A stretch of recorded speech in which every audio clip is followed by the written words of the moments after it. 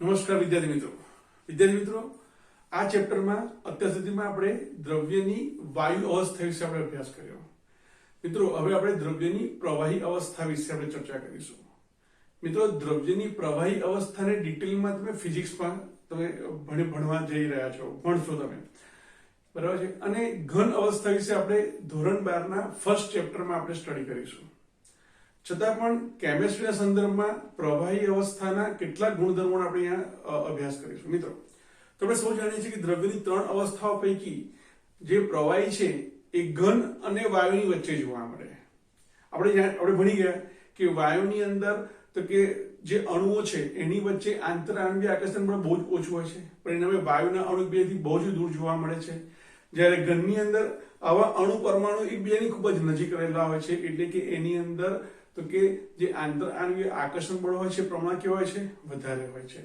મિત્રો પ્રવાહી અવસ્થા એ ઘન અવસ્થા અને વાયુ અવસ્થાની વચ્ચેની મધ્યમાં આવતી અવસ્થા છે, જેની અંદર અણુઓ વચ્ચે અથવા ઘટક અણુઓ વચ્ચે પ્રવર્તતું આકર્ષણ બળ ઘન કરતા ઓછું અને પ્રવાહી કરતા કેવું જોવા મળે છે, વધારે જોવા મળે છે। મિત્રો પરિણામે જ એ વાયુની અંદર ચોક્કસ આકાર કે ચોક્કસ કદ હોતો નથી, તમે જે પાત્રમાં એને નાખો એ પાત્રનો આકાર ધારણ કરે, પણ પ્રવાહી તો કે ચોક્કસ કદ ધરાવે છે। હા, એ પણ આકાર ચોક્કસ ધરાવતો નથી, પ્રવાહીની અંદર ચોક્કસ આકાર નહીં પરંતુ ચોક્કસ કદ જોવા મળે છે। વાયુમાં તો બંનેમાંથી એક પણ ચોક્કસ નથી, ઘન અવસ્થામાં આકાર પણ ચોક્કસ અને કદ પણ ચોક્કસ જોવા મળે છે। આ ઘન પદાર્થ છે, ચોક્કસ આકાર ચોક્કસ કદ જોવા મળે, પણ પ્રવાહીની અંદર તો કે કદ ચોક્કસ પણ આકાર ચોક્કસ હોતો નથી, કારણ કે તેમાં રહેલા અણુ વચ્ચે પ્રવર્તતું આંતરઆણ્વીય આકર્ષણ બળ ઘન કરતા કેવું છે, ઓછું છે, પરંતુ પ્રવાહી કરતા વધારે છે, માટે એ ચોક્કસ કદ ધરાવે છે પણ ચોક્કસ આકાર ધરાવી શકતો નથી। આવી પ્રવાહી અવસ્થાની અંદર આપણે કેટલાક ગુણધર્મોને જોઈએ તો પ્રવાહી અવસ્થાના કેટલાક ગુણધર્મોની અંદર નંબર 1 તો કે પ્રવાહી ચોક્કસ કદ ધરાવે છે પણ આકાર ધરાવતું નથી, બરાબર છે। ત્યાર પછીથી પ્રવાહી તો કે વહનશીલતાનો ગુણ ધરાવે છે, પ્રવાહી વહેવાનો ગુણ ધરાવે છે, વહનશીલતાનો ગુણ ધરાવે છે, બરાબર છે। ત્યાર પછીથી જો પ્રવાહીની વાત કરીએ તો પ્રવાહી અસંકોચનશીલતા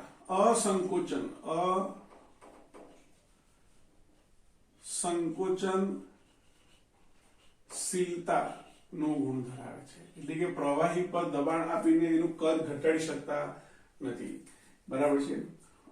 ત્યાર પછીથી જોઈએ મિત્રો આપણે તો પ્રવાહી છે એ પ્રસરણનો ગુણ ધરાવે છે, પ્રવાહી પ્રસરણનો ગુણ ધરાવે છે, બરાબર છે।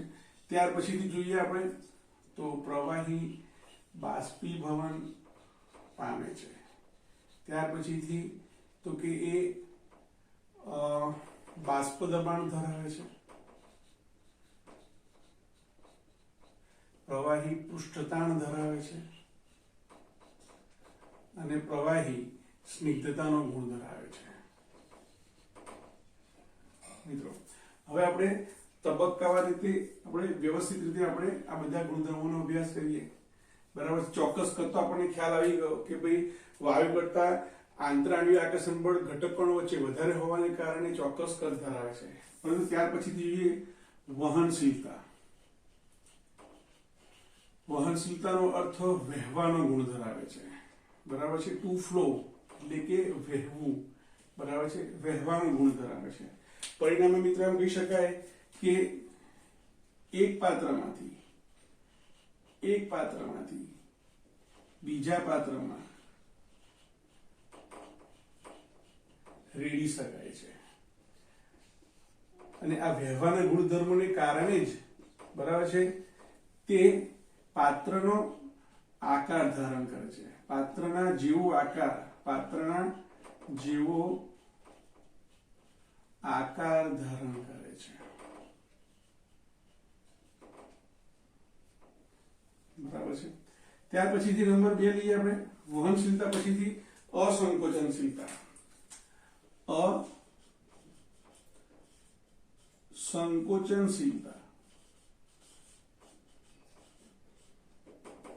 એનો અર્થ શું થાય મિત્રો કે પ્રવાહી ઉપર દબાણની કોઈ ખાસ અસર થતી નથી. એક એક્ઝામ્પલ દ્વારા સમજીએ. એનો અર્થ શું થયો કે તે અદબનીય છે, અદબનીય ગુણ ધરાવે છે. દાખલા તરીકે કોઈ એક વાયુ છે, દાખલા તરીકે કોઈ વાયુ છે, બરાબર છે. કોઈ વાયુ પર દબાણ 2 ગણું કરવામાં આવે, 2 ગણું કરવામાં આવે. કોઈ વાયુ પર દબાણ 2 ગણું એટલે કે બમણું કરવામાં આવે, ત્યારે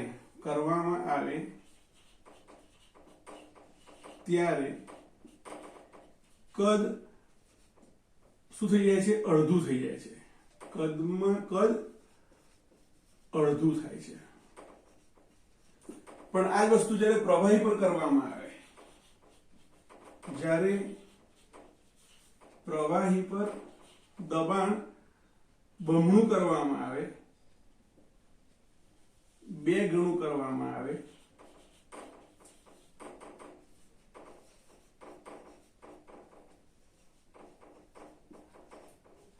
તો તે વખતે કદમાં 0.09 જેટલો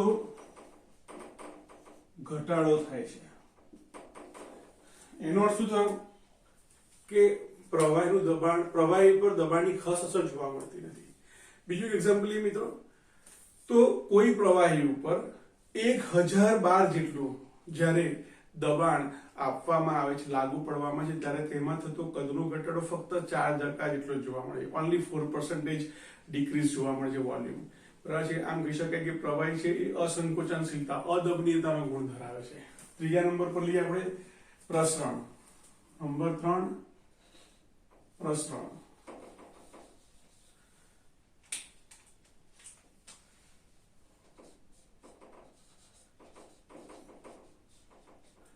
પ્રસરણ, બરાબર છે. અંગ્રેજીમાં એને કહે ડિફ્યુઝન. ડિફ્યુઝન સાદી ભાષામાં કહીએ તો મિશ્ર થવું, ઇન્ટરમિક્સિંગ. મિત્રો મારી પાસે એક NH3 વાયુ છે અને બીજું HCl વાયુ છે. હું બંનેના મારી પાસે ફુગ્ગા છે, હું બંનેને તો કે ફોડી દઉં તો બંને વાયુ તો થોડા જ સમયમાં બંને વાયુ એકદમ ઝડપથી તો કે મિશ્ર થઈ જશે, એટલે કે પ્રસરણ પામશે. પરંતુ જ્યારે હું એક પ્રવાહીની અંદર બીજું પ્રવાહી ઉમેરું છું ત્યારે એ પણ ધીમે ધીમે પ્રસરણ પામશે, પરંતુ પ્રસરણનો દર કેવો હશે? ધીમો હશે. દાખલા તરીકે મારી પાસે એક ગ્લાસ છે,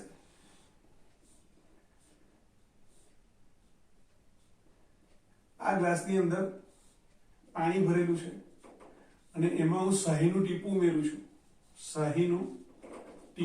છું, તો આ જે ટીપું છે એ એની બધી જ દિશામાં ધીમે ધીમે પ્રસરણ પામશે, બરાબર છે. બધી દિશામાં શું થશે? પ્રસરણ પામશે. એનો અર્થ શું થયો કે શાહીના ટીપાના જે કણો છે એ પહેલા હાયર કોન્સન્ટ્રેશનમાં બહુ ઓછી જગ્યામાં હતા અને પાણીના બાકીના ભાગમાં એનું પ્રમાણ હતું જ નહીં, એટલે લોઅર કોન્સન્ટ્રેશન હતું. એટલે અહીંયા જે શાહીના ટીપાના જે કણો છે એ ધીમે ધીમે પાણીમાં ચારે તરફ ફેલાશે, એટલે અહીં શાહીના ટીપાનું વિસ્તરણ થયું, તેને આપણે કહીશું પ્રસરણ થયું. મિત્રો તો પ્રસરણની આ જે ઘટના છે એ વાયુમાં જે રીતે જોવા મળે છે એવી રીતે જ પ્રવાહીમાં જોવા મળે છે, પરંતુ વાયુની અંદર પ્રસરણનો દર ઝડપી જોવા મળે છે, જ્યારે પ્રવાહીની અંદર પ્રસરણનો દર ધીમો જોવા મળે છે. આ પ્રસરણ દર પણ 2 બાબત પર આધાર રાખશે. એક તાપમાન પર આધાર રાખશે. જો તાપમાન વધારે હશે તો પ્રવાહીના અણુ વચ્ચેનું અંતર વધશે, તો બીજા પ્રવાહીના કણો સહેલાઈથી તે વિસ્તારમાં આવશે અને એને કારણે પ્રસરણ ઝડપથી થશે.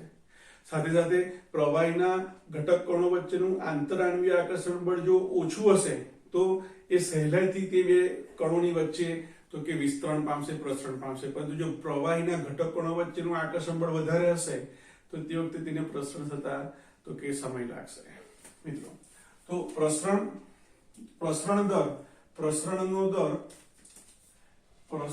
દર 2 બાબત પર આધાર રાખશે.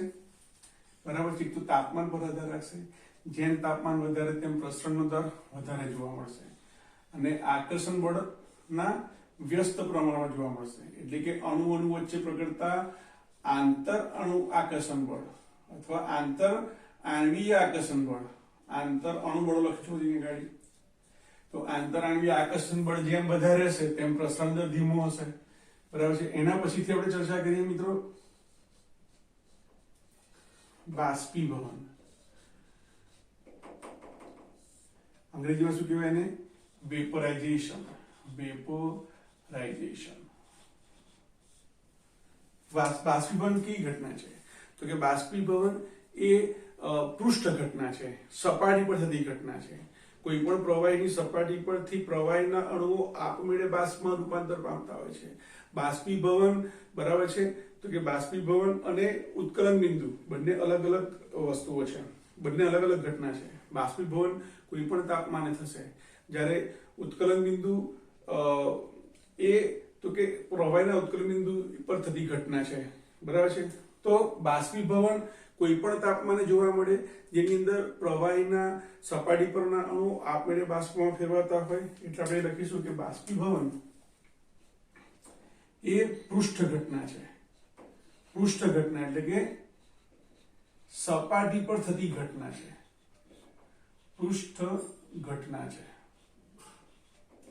બરાબર છે. કોઈ પણ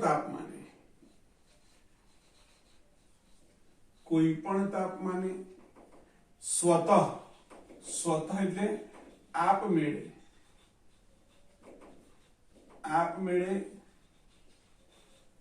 થતી ઘટના છે. બરાબર છે. એના ઉદાહરણ લઈએ આપણે તો ભીના કપડા હોય, બરાબર છે. તો ભીના કપડા તમે જ્યારે સૂકવો છો ત્યારે એ આપોઆપ સુકાઈ જતા હોય છે. બરાબર છે. પાણીના અણુમાંથી દૂર થતા હોય છે. કોઈ એક ખુલ્લા પાત્રમાં, ખુલ્લી ડીશમાં તમે પાણી મૂકો, બરાબર છે, તો એ પાણી તો કે આપોઆપ ઉડી જતું હોય છે. એ ઘટના એટલે બાષ્પીભવનની ઘટના. તમે કોઈ પેટ્રોલ છે અથવા એસિટોન છે, આલ્કોહોલ છે, તમને ખુલ્લો રાખો તો એ બધું જ આપમેળે બાષ્પીભવન પામતું હોય છે. બરાબર છે. એટલે લખ્યું કે બાષ્પીભવન એ પૃષ્ઠ પર થતી ઘટના છે, કોઈ પણ તાપમાને સ્વતઃ થતી ઘટના છે. બરાબર છે. જેમાં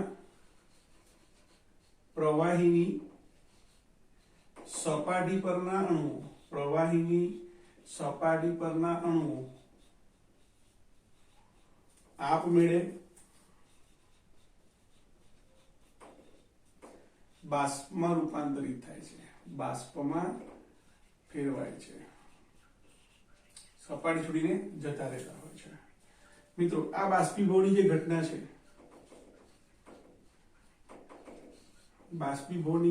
છે, બરાબર છે, એના પર અસર કરતા પરિબળોની વાત કરીએ તો બાષ્પીભવનને અસર કરતા પરિબળો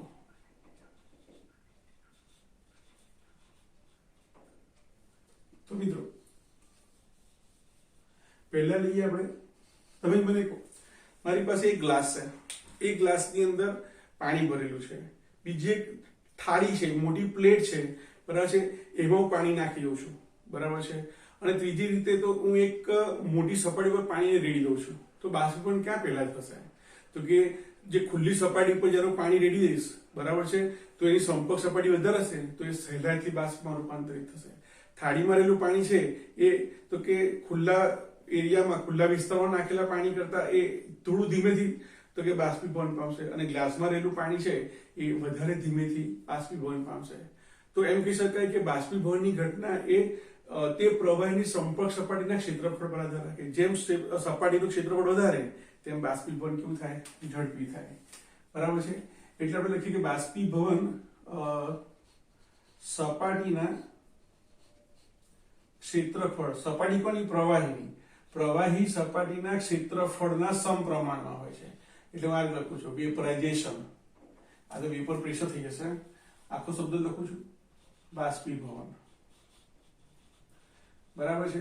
તો બાષ્પીભવનનો દર છે એ સપાટીના પ્રવાહીના સપાટીના ક્ષેત્રફળ પર આધાર રાખશે.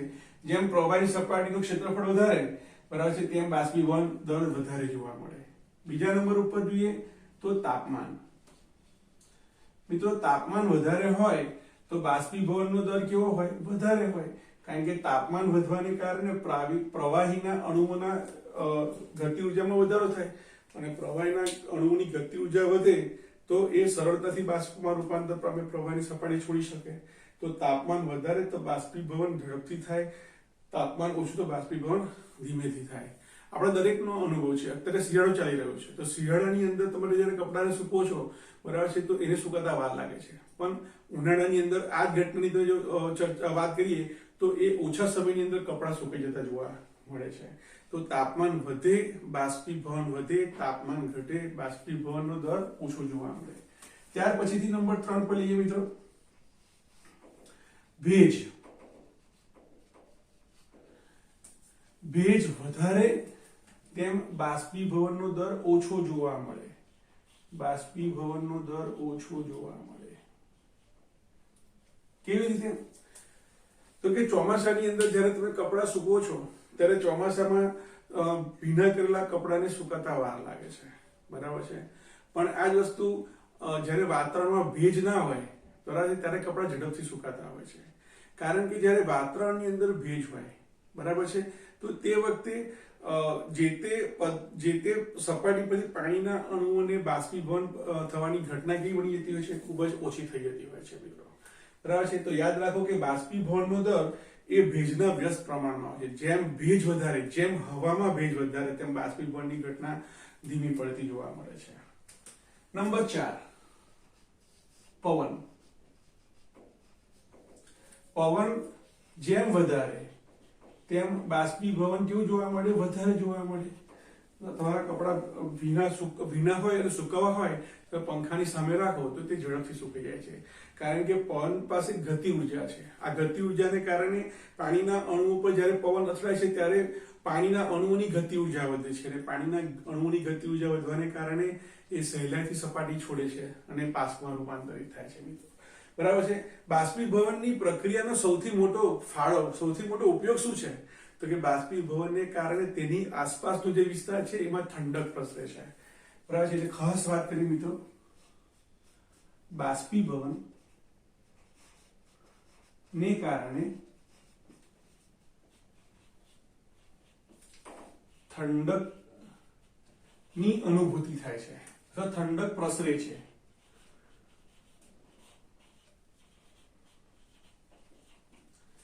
બરાબર છે. દાખલા તરીકે પરસેવો થવો. આપણે જયારે ખૂબ કસરત કરીએ છીએ, બરાબર છે, અથવા ખૂબ દોડીને આપણે આયા, બરાબર છે, તો એને કારણે શરીરમાંથી પાણી બહાર નીકળે છે, બરાબર છે, જેને આપણે પરસેવો કહીએ છીએ. આ પરસેવો જ્યારે સપાટી એટલે કે સ્કિન પરથી જ્યારે દૂર થાય છે, બરાબર છે, ત્યારે આપણી જે સપાટી છે, આપણી જે સ્કિન છે એની પર ઠંડકનો અહેસાસ થાય છે. આવું શા માટે થાય છે?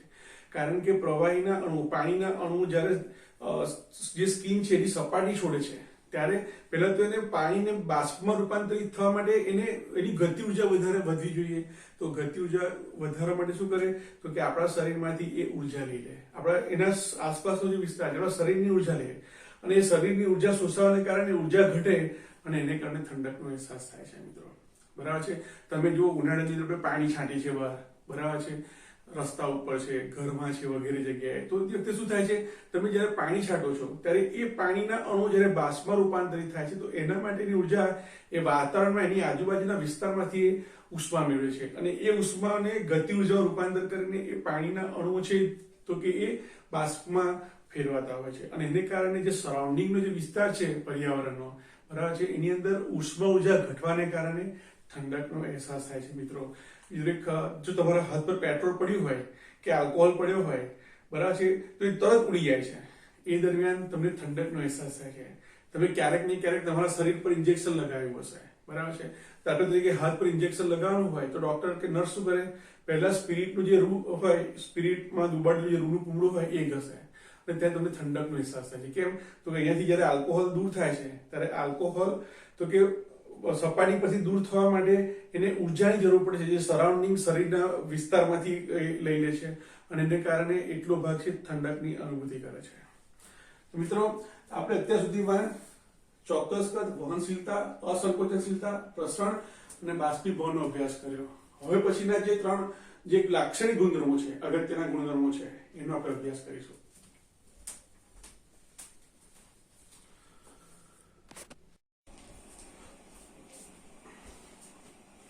મિત્રો, હવે આપણે ભણીએ બાષ્પ દબાણ. પ્રવાહીનું એક વિશિષ્ટ ગુણધર્મ.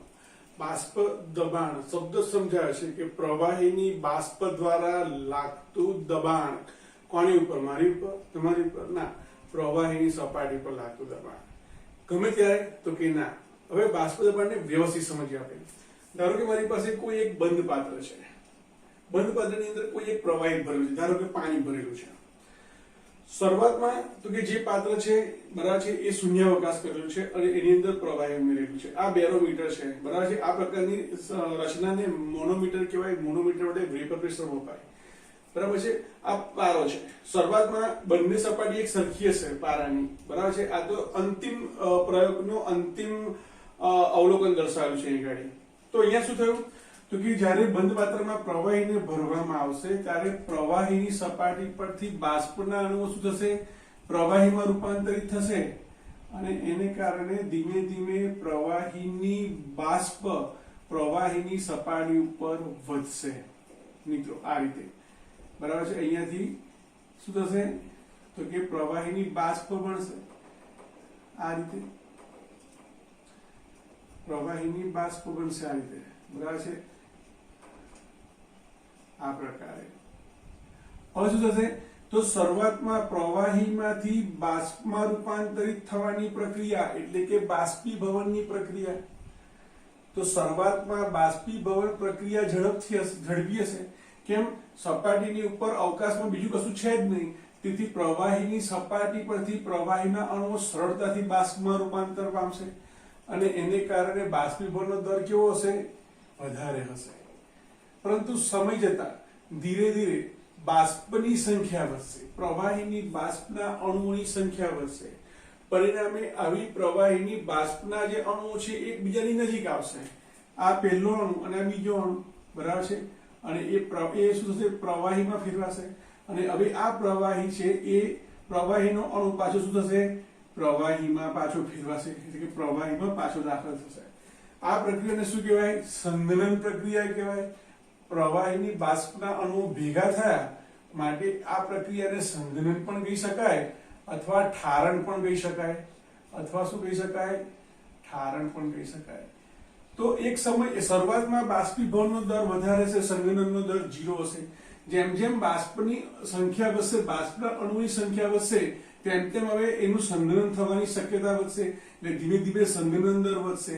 બાષ્પ વધારે છે માટે પ્રવાહીની સપાટી પરથી બાષ્પના અણુઓમાં રૂપાંતર થવાની પ્રક્રિયા ધીમી પડશે.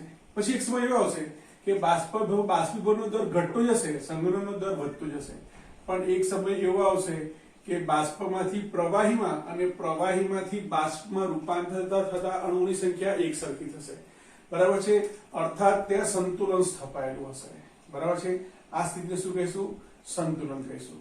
તો જ્યારે બાષ્પીભવનનો દર અને સંઘનનનો દર સમાન થશે તે સંતુલન સમયે પ્રવાહીની સપાટી પર રહેલા બાષ્પના અણુઓ દ્વારા પ્રવાહીની સપાટી પર જે દબાણ ઉત્પન્ન થાય છે એને બાષ્પ દબાણ કહેવાય. બરાબર છે. તો શોર્ટમાં લખાય કે સંતુલન એટલે કે બાષ્પીભવનનો દર અને સંઘનનનો દર જ્યારે એક સરખો હશે બરાબર છે. આના પછી તમને બાષ્પ દબાણ ખબર પડી જાય, વેપર પ્રેશર ખબર પડી જશે બે તફાવત પરથી બરાબર છે. તો સંતુલને પ્રવાહીની બાષ્પ દ્વારા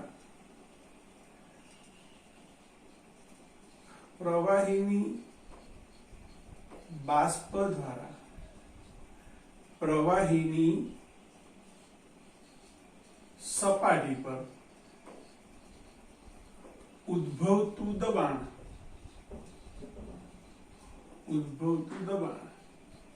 એને શું કહેવાય? બાષ્પ દબાણ અથવા અંગ્રેજીમાં એને કહેવાય વેપર પ્રેશર. આ મર્ક્યુરી છે અને આ પ્રવાહી છે. તો આખી વ્યાખ્યા લખાય કે અહીંયા તાપમાન નચળ રાખવાનું છે. મિત્રો યાદ રાખો કે બાષ્પીભવન એ તાપમાન પર આધારિત હતી.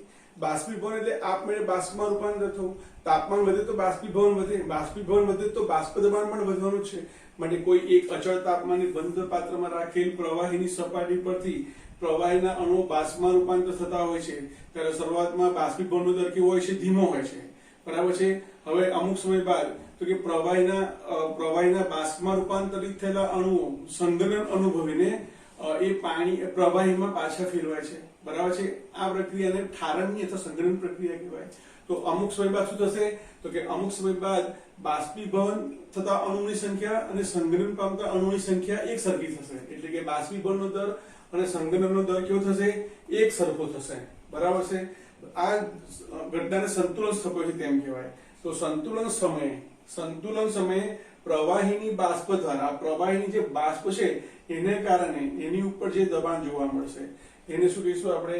તો કે એને આપણે બાષ્પ દબાણ તરીકે, તે પ્રવાહીનું તે તાપમાને બાષ્પ દબાણ કહેવાય. મિત્રો, બાષ્પ દબાણ બે પરિબળ પર આધાર રાખશે. તમે જુઓ, બાષ્પ દબાણ પણ બાષ્પની સંખ્યા પર, બાષ્પના અણુની સંખ્યા પર આધાર રાખશે. બાષ્પના અણુ વધારે તો દબાણ વધારે. આપણા માથા ઉપર તો કે વાતાવરણના અણુઓ દ્વારા લાગતું જે દબાણ છે આપણે વાતાવરણ કહીએ છીએ. સમુદ્રની સપાટી પર 760 મિલીમીટર મર્ક્યુરી જોવા મળે અથવા એક વાતાવરણ અથવા એક બાર દબાણ આપણે કહીએ છીએ, બરાબર છે. પણ સમુદ્રની સપાટીથી જેમ ઉપર જઈએ છે તેમ વાતાવરણ ઘટે છે, એમાં રહેલા હવાના કણો, રજકણોનું પ્રમાણ ઘટે છે, માટે દબાણમાં ઘટાડો થાય છે. તમે દરિયામાં જાઓ તો દરિયા ઉપર વાતાવરણનું અને પાણીના અણુ દ્વારા દબાણ લાગતું છે, માટે દબાણ વધારે જોવા મળે છે. સારું, અહીંયા ધ્યાન આપજો મિત્રો. બાષ્પ દબાણ એ બે બાબતો પર આધાર રાખશે. બાષ્પ દબાણ બે બાબતો પર આધાર રાખશે. નંબર 1 તો કે તાપમાન પર આધાર રાખશે. તાપમાનના સમપ્રમાણમાં હશે, એટલે કે તાપમાનના સમપ્રમાણમાં બાષ્પ દબાણ જોવા મળે. જેમ તાપમાન વધારે તેમ બાષ્પ વધારે બને, અને જેમ બાષ્પ વધારે બને તેમ પ્રવાહી પર બાષ્પનું દબાણ કેવું થાય? વધે. તાપમાન વધે, બાષ્પ દબાણ વધે. નંબર 2, આંતરઆણ્વીય બળો. આંતરઆણ્વીય આકર્ષણ બળો. મિત્રો, પ્રવાહીના જે અણુઓ છે તેમની વચ્ચેનું આંતરઆણ્વીય આકર્ષણ બળ જેમ વધારે તેમ બાષ્પ દબાણ વધારે, જેમ દબાણ ઓછું તેમ આકર્ષણ ઓછું, તેમ બાષ્પ દબાણ ઓછું. અહીંયા તમે જુઓ કે પ્રવાહીના અણુઓ બાષ્પમાં રૂપાંતરિત થાય છે, પણ પ્રવાહીના અણુ વચ્ચે આકર્ષણ બળ વધારે હોય તો પ્રવાહીના અણુઓ પ્રવાહીની સપાટી પરના અણુને બાષ્પમાં રૂપાંતર થતા રોકે છે. તેથી બાષ્પ ઓછી બને તો બાષ્પ દબાણ કેવું થાય? ઓછું થાય. મિત્રો, બાષ્પ દબાણ. હવે વાત કરીએ ઉત્કલન. ઉત્કલન એટલે ઉકાળવું. તમે જ્યારે પ્રવાહીને, મિત્રો યાદ રાખો કે તમે જ્યારે કોઈ પણ પ્રવાહીને ઉકાળો છો બંધ પાત્રમાં, ત્યારે તેના બાષ્પ દબાણમાં સતત વધારો થતો હોય છે. મિત્રો, તો અહીંયા ઉકાળવાની પ્રક્રિયા, બાષ્પ દબાણ એ બંધ પાત્રમાં થતી પ્રક્રિયા છે અને ઉકાળવાની પ્રક્રિયા એ ખુલ્લા પાત્રમાં થતી પ્રક્રિયા છે. હું કોઈ બંધ પાત્રમાં પ્રવાહીને ઉકાળી શકું નહીં. હા, એમાંથી બાષ્પ બનવાની ઘટના ઝડપી બને, પરંતુ એમાં તો કે પ્રવાહી ઉકળશે નહીં, બરાબર છે. ઉત્કલનનો અર્થ થયો ખુલ્લા પાત્રમાં પ્રવાહીને ગરમી આપી, સતત ઉષ્મા આપી. અને સતત ઉષ્મા આપવામાં આવે એને કારણે તો કે પ્રવાહીના અણુઓ છે એ સતત તો કે ગરમી પ્રાપ્ત કરતા હોવાને કારણે એ સતત તો કે એના બાષ્પ દબાણમાં વધારો થતો જોવા મળે. તમે કહો સાહેબ ખુલ્લું પાત્ર છે તો બાષ્પ દબાણ કેવી રીતે મળે? પણ તમે જ્યારે પ્રવાહીમાં રૂપાંતર થતું હોય ત્યારે પ્રવાહીના બાષ્પના અણુ તેની પાસે રહેવાના ને, એ દૂર થઈ રહ્યા છે, પણ જેટલા દૂર થઈ રહ્યા છે એટલા નવા બની રહ્યા છે, બરાબર છે. અને એને કારણે આ દબાણ કેવું થઈ જાય? અચળ થઈ જતું હોય મિત્રો, બરાબર છે. તો યાદ રાખો કે ઉકાળવાની જે ઘટના છે, પ્રવાહીને ઉકાળવાની ઘટના ખુલ્લા પાત્રમાં જોવા મળે, જ્યારે બાષ્પ દબાણ એ બંધ પાત્રમાં થતી ઘટના છે એમ કહી શકાય. તો આપણે કોઈ પણ પ્રવાહીને જ્યારે ઉકાળીએ છીએ, બરાબર છે, તો તે કોઈ પણ પ્રવાહી જે તાપમાને ઉકળે છે તે તાપમાનને આપણે તે પ્રવાહીનું ઉત્કલન બિંદુ કહીએ છીએ. તો ઉત્કલન બિંદુ શું છે? સામાન્ય રીતે આપણે પ્રાથમિક ધોરણોની અંદર પ્રાઇમરી સ્કૂલમાં આપણે ભણી ગયા કે જે તાપમાને પ્રવાહી ઉકળતું હોય એને પાણીનું ઉત્કલન બિંદુ કહેવાય. પાણી ઉત્કલન બિંદુ 100 ડિગ્રી સેલ્સિયસ છે, આપણને ખબર છે, પણ વાસ્તવિક વ્યાખ્યા શું છે મિત્રો? તો વાસ્તવિક વ્યાખ્યા લખી શકાય કે જે તાપમાને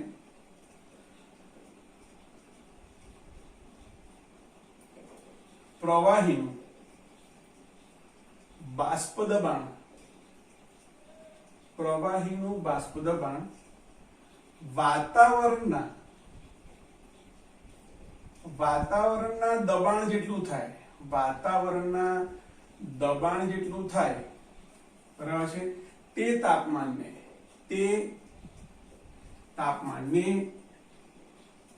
તે પ્રવાહીનું ઉત્કલન બિંદુ કહે છે.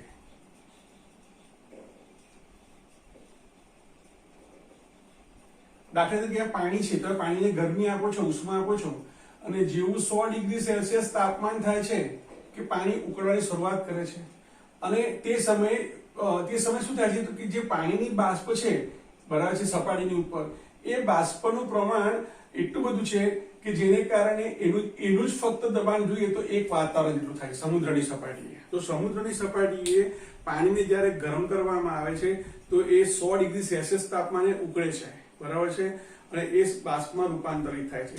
જ્યાં સુધીને 100% પાણી બાષ્પમાં રૂપાંતરિત નહીં થાય ત્યાં સુધી આ પાણીનું તાપમાન 100 ડિગ્રી સેલ્સિયસ રહેશે. એટલે અહીંયા આપણે એક સેન્ટેન્સ લખીશું કે કોઈ પણ પ્રવાહી 100% બાષ્પમાં રૂપાંતર ન થાય ત્યાં સુધી તે તાપમાન એટલે કયું તાપમાન? બોઇલિંગ ટેમ્પરેચર, ઉત્કલન બિંદુ તાપમાન અચળ રહે છે. ધારો કે અત્યારે 30 ડિગ્રી સેલ્સિયસ તાપમાન છે, હું ધીમે ધીમે તાપમાનનો વધારો કરું છું, અને તાપમાનનો વધારો છે ધીમે ધીમે પ્રવાહી સપાટી પરનું બાષ્પ દબાણ છે વધે છે, વધતું જાય છે, બરાબર છે, અને 100 ડિગ્રી સેલ્સિયસ તાપમાન જ્યારે થાય છે પ્રવાહીનું, અહીંયા પાણીનું, ત્યારે એ એક વાતાવરણ દબાણ જેટલું બાષ્પ દબાણ ઉત્પન્ન કરે છે, અને એને કારણે પ્રવાહી બાષ્પમાં રૂપાંતર થવાની પ્રક્રિયા ચાલુ થઈ જાય છે, બરાબર છે. તો એમ કહી શકાય કે એક વાતાવરણ દબાણે, મિત્રો, એક વાતાવરણ દબાણે પાણીનું ઉત્કલન બિંદુ કેટલું જોવા મળે છે? ઉત્કલન બિંદુ પાણીનું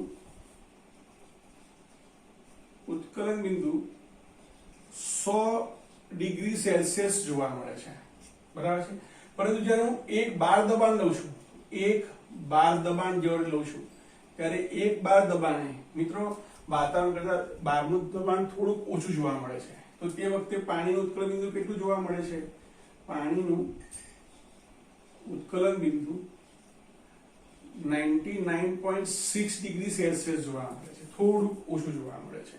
કારણ કે એક બાર દબાણ એ એક વાતાવરણ કરતા ઓછું હોવાને કારણે પાણીની બાષ્પ 99.6 ડિગ્રી સેલ્સિયસ તાપમાને એક બાર જેટલી થઈ જતી હોય છે, મિત્રો, બરાબર. જ્યારે 12માં માપે ત્યારે એનું તાપમાન કેટલું થાય છે, ટેમ્પરેચર, તો કે 99.6 ડિગ્રી સેલ્સિયસ જોવા મળે છે. મિત્રો, તમારી બુકમાં એક આલેખ આપેલો છે, બરાબર છે, તાપમાન વર્સિસ દબાણનો. એટલે અહીંયા વેપર પ્રેશર છે, અહીંયા તાપમાન છે. ધારો કે આપણે પાણી માટે લઈએ તો 0 ડિગ્રી સેલ્સિયસ તાપમાને એનું વેપર પ્રેશર કેવું હશે? 0 હશે, બરાબર છે. પરંતુ જેમ જેમ તાપમાન વધતું જશે, જેમ તાપમાન વધારતા જઈશું તેમ વેપર પ્રેશર વધતું જશે. અને આ એક વાતાવરણ છે, ઇમેજિન કરજો, આ જે રેડ જે લાઈન છે એ એક વાતાવરણ દબાણ દર્શાવે છે. આ શું છે? એક વાતાવરણ છે. તો જ્યારે પાણી માટે, આ શું છે? પાણીનો આલેખ છે. તો પાણી માટે જ્યારે પાણીનું બાષ્પ દબાણ એક વાતાવરણ જેટલું થશે, બરાબર છે, તો તે સમયે એનું ટેમ્પરેચર કેટલું છે? તો કે 100 ડિગ્રી સેલ્સિયસ છે, અથવા શું કહેવાય? 373 કેલ્વિન જોવા મળે છે. આલ્કોહોલની વાત કરીએ, ઇથેનોલની વાત કરીએ, તો ઇથેનોલ માટે તો કે જેમ જેમ તાપમાનમાં વધારો કરીએ છીએ તેમ એનું ઉત્કલન બિંદુ પણ વધે છે, બરાબર. એનું વેપર પ્રેશર, એનું બાષ્પ દબાણ પણ વધે છે. અને જ્યારે એનું બાષ્પ દબાણ, કોનું? ઇથેનોલનું, બરાબર છે, આપણે લખીએ આલ્કોહોલ. તો આલ્કોહોલનું બાષ્પ દબાણ પણ જ્યારે એક વાતાવરણ જેટલું થાય છે તે સમયે, બરાબર છે, એનું ઉત્કલન બિંદુ જોવા મળે છે. એ લગભગ કેટલું છે? 78 ડિગ્રી સેલ્સિયસ ની આસપાસ જોવા મળે છે. એસિટોન લઈએ તો એસિટોનનું કંઈક આ પ્રકારે જોવા મળે છે, આ શું છે? એસીટોન છે. એસીટોન લગભગ 56 ડિગ્રી સેલ્સિયસ તાપમાને તેનું બાષ્પ દબાણ એક વાતાવરણ જેટલું થાય છે, માટે 56 ડિગ્રી સેલ્સિયસ તાપમાન એ એસીટોનનું ઉત્કલન બિંદુ થશે. તે જ પ્રકારે સપોઝ આપણે ડાઇઇથાઇલ ઈથર લઈએ તો ડાઇઇથાઇલ ઈથર છે, તાપમાન વધે છે તેમ એનું ઉત્કલન બિંદુ શું થાય છે? તે એનું બાષ્પ દબાણ વધે છે, અને એનું બાષ્પ દબાણ તો કે એક વાતાવરણ જેટલું થાય છે. તે વખતનું તાપમાન લગભગ 36 ડિગ્રી સેલ્સિયસ જેટલું જોવા મળે છે. 36 કે 38 ડિગ્રી સેલ્સિયસ જેટલું જોવા મળે છે. કોણ છે આ? ડાઇઇથાઇલ ઈથર. બરાબર છે. તો તમે અહીંયા જોશો કે કોઈ પણ પ્રવાહીના તાપમાનમાં જ્યારે વધારો થાય છે તેમ એના વેપર પ્રેશરમાં કેવું થાય છે? વધારો થતો જોવા મળે છે. મિત્રો હવે સૌથી અગત્યનો ટોપિક, મિત્રો આ આખો ટોપિક છે એ તમને 12મા ધોરણની અંદર દ્રાવણ ચેપ્ટરમાં કામ લાગશે. મિત્રો હવે શું કહે છે કે જ્યારે સમુદ્રની સપાટીથી તમે જેમ ઉપર જાઓ છો, ઊંચાઈ પર જાઓ છો, તો ઊંચાઈવાળા વિસ્તારમાં તમે જાઓ છો ત્યારે ત્યાંનું વાતાવરણ કેવું હોય છે? ઓછું જોવા મળે છે. પરિણામે ત્યાં તમે કોઈ પ્રવાહીને, પાણીને તમે ગરમ કરો છો તો ત્યાં પાણી 70 ડિગ્રી સેલ્સિયસ તાપમાન, દાખલા તરીકે માઉન્ટ એવરેસ્ટ પર તમે ગયા છો અને ત્યાં તમે પાણીને ગરમ કરી રહ્યા છો, તો ત્યાં 70 ડિગ્રી સેલ્સિયસ તાપમાને પાણી ઉકળવા મળે છે. આવું શા માટે થાય છે? કારણ કે તમે જેમ સમુદ્રની સપાટી પરથી ઊંચાઈ પર જશો તેમ તેમ ત્યાં વાતાવરણ ઓછું હશે. ધારો કે માઉન્ટ એવરેસ્ટ ઉપરનું વાતાવરણ દબાણ 0.7 વાતાવરણ છે, તો 0.7 વાતાવરણ સુધી પહોંચતા તો કે જે ઉષ્મા આપવામાં આવે છે એને કારણે એટલી બાષ્પ ઝડપથી બની જશે, સરળતાથી બની જશે, અને બાષ્પ દબાણ તો કે 0.7 વાતાવરણ જેટલું સરળતાથી થવાને કારણે 70 ડિગ્રી સેલ્સિયસ તાપમાને જ ઉકળવા માંડે છે. પરિણામે ત્યાં જો મારે કોઈ પદાર્થને રાંધવો હોય, ધારો કે મારે ભાત રાંધવો છે, બરાબર છે, તો સમુદ્રની સપાટી 100 ડિગ્રી સેલ્સિયસ તાપમાને તરત રંધાઈ જશે. પરંતુ અહીંયા પાણી ઉકળે છે, તમે દેખી રહ્યા છો કે ઉકળી રહ્યું છે, આમ છતાં પણ એમાં એને ચડતા, એને રાંધતા વાર લાગશે. પરિણામે ઊંચાઈ પર આવેલા વિસ્તારની અંદર જો પ્રેશર કુકરનો ઉપયોગ કરવામાં આવે તો પ્રેશર કુકરને કારણે સરળતાથી, પ્રેશર કુકરમાં શું થાય છે? તમે જ્યારે તાપમાન આપો છો ત્યારે અંદરનું જે પ્રવાહી છે, બરાબર છે, એની બાષ્પ વધે છે, અને બાષ્પ વધવાને કારણે બાષ્પ દબાણ વધે છે. મિત્રો આપણે સૌ જાણીએ છીએ કે બાષ્પની ગલન ગુપ્ત ઉષ્મા કેટલી છે? 540 કિલો કેલરી જેટલી છે. પરિણામે એમાં બાષ્પનું પ્રમાણ વધે છે. પ્રવાહી અંદર પાણી ઉકળતું નથી, પણ સતત બાષ્પ દબાણ વધવાને કારણે, બરાબર છે, જે ખોરાક છે વધારે બાષ્પ થાય તો પેલી સીટી વડે ઉડી જશે, પણ એમાં પ્રમાણ બાષ્પનું વધુ હોવાને કારણે જે ખાદ્ય પદાર્થ છે એ સરળતાથી રાંધી શકાય છે. તો આપણે એક સેન્ટેન્સ લખીએ કે ઊંચાઈવાળા વિસ્તારોમાં, ઊંચાઈવાળા પ્રદેશોમાં વાતાવરણનું દબાણ નીચું હોવાથી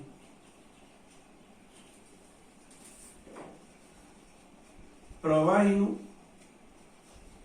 ઉત્કલન બિંદુ નીચું જોવા મળે છે. પરિણામે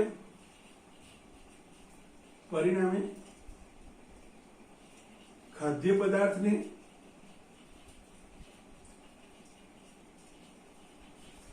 ઝડપથી રાંધવા માટે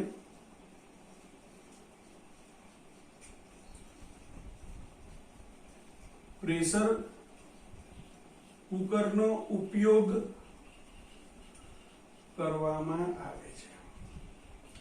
બરાબર છે. એક આઈડિયા લખી દઈએ કે એક બાર દબાણ હોય, એક બાર દબાણે પાણીનું ઉત્કલન બિંદુ કેટલું છે? 100 ડિગ્રી છે.